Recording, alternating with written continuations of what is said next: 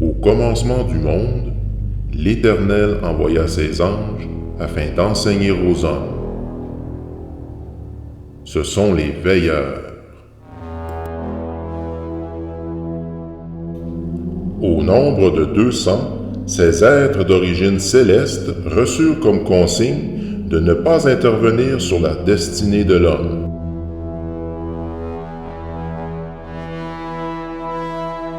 Or, il arriva ceci.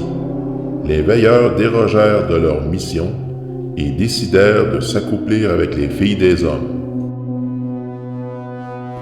Ainsi, ils engendrèrent une nouvelle race, les demi-dieux. Ils enseignèrent aussi aux hommes l'iniquité, ces choses interdites qui ne devaient jamais être révélées et qui corrompirent l'humanité afin de commettre le péché. On leur apprit, entre autres, l'astrologie, la sorcellerie et les enchantements.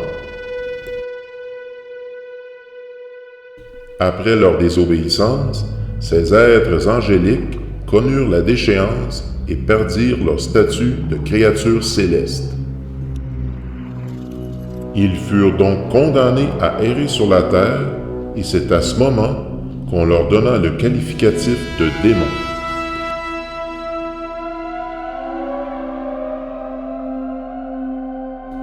De par leur union avec des femmes terriennes, les anges déchus ont engendré une race de géants, les Néphilim. Ils peuvent être associés aux trolls et aux ogres de la mythologie nordique. Tout comme les Néphilim, ces géants avaient la réputation de dévorer tout ce qui leur tombait sous la main, allant même jusqu'à dévorer les hommes.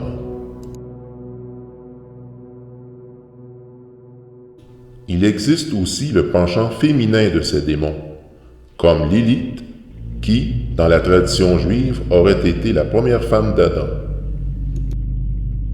Les sirènes, qui envoûtent les marins avec leurs chants pour leur perdition. Et les succubes, démons femelles qui séduisent les hommes pendant la nuit afin de s'accoupler avec eux. Selon la tradition musulmane, les anges déchus sont associés aux djinns. Ce sont des êtres de feu qui habiteraient sur la terre dans une dimension différente de la nôtre. Comme les humains, ils boivent, ils mangent et se reproduisent entre eux. Les djinns sont des créatures métamorphes, c'est-à-dire qu'ils peuvent prendre l'apparence d'êtres humains ou d'animaux. Cependant, la plupart du temps, ils préfèrent rester invisibles pour ne pas demeurer captifs du monde physique.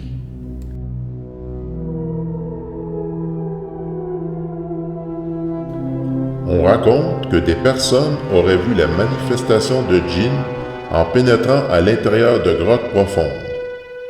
Pour d'autres, l'enfer serait situé au centre de la terre, là où résideraient certaines créatures démoniaques. Donc, si l'on en croit ces récits, il existerait une civilisation d'intraterrestres au cœur même de notre planète.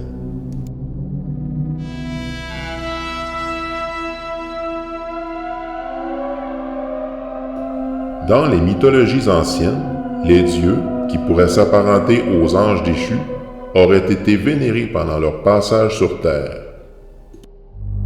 La notion d'enfer est commune à toutes les cultures. Il existe donc, pour chacune, un dieu attitré afin de régner sur ce lieu de supplice et de tourment. Hadès est le dieu grec qui régit le royaume des morts. Il est assimilé à Pluton du panthéon romain. Seth représente le chaos dans l'Égypte antique et Mictlantecuhtli, celui qui domine le niveau le plus bas de l'inframonde dans la mythologie aztèque. Yama, quant à lui, est devenu le souverain des enfers dans l'hindouisme après avoir fait le premier l'expérience de la mort. Iblis, le chef des djinns, est celui qui initia la rébellion dans les cieux. il est associé à Satan de la tradition chrétienne.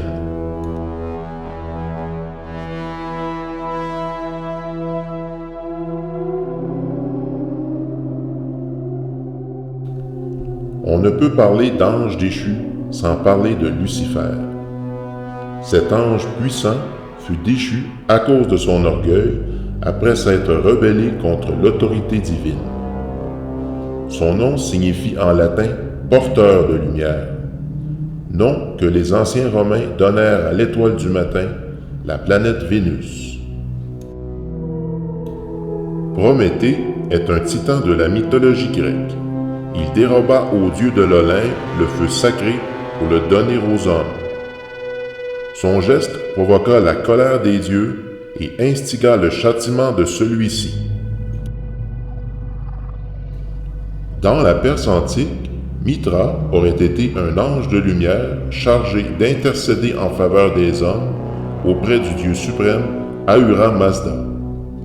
Son culte inspira celui de Sol Invictus chez les Romains. Hélios est pour les anciens Grecs le dieu qui personnifie l'astre du jour. Ces derniers vouaient au soleil un grand culte.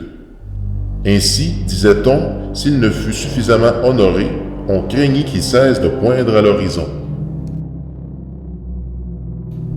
Ishtar, surnommée la reine du ciel, est une déesse assyro-babylonienne qui représente la planète Vénus. On remarque beaucoup de similarités avec Isis, la déesse égyptienne. Isis serva d'inspiration pour la conception de la statue de la liberté. Cette statue représente Libertas, une divinité solaire qui par son flambeau illumine le monde. Notons que les concepteurs de cette statue sont tous deux francs-maçons. D'autres divinités représentent le soleil, comme Ra, divinité suprême de l'ancienne Égypte, Surya, qui est vénéré en Inde, et Huitzilopochtli, qui incarne le soleil, serait aussi le dieu de la guerre chez les Aztèques.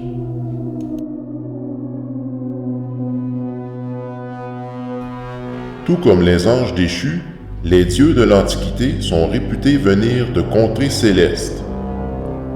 Les cieux peuvent autant désigner une autre dimension qu'une galaxie lointaine.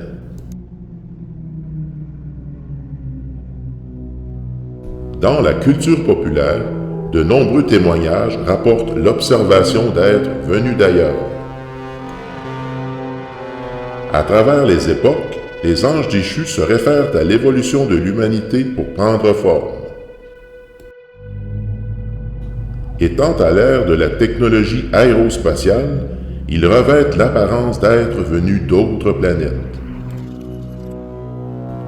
C'est ainsi qu'ils se manifestent sous forme d'extraterrestres. Même les scientifiques de la NASA ne peuvent réfuter le phénomène OVNI. Ces entités ont la particularité d'apparaître sous n'importe quelle forme. Pour certains, ils apparaissent sous une forme hideuse. Pour les plus puissants, ils utilisent la ruse afin de se faire passer pour des anges de lumière.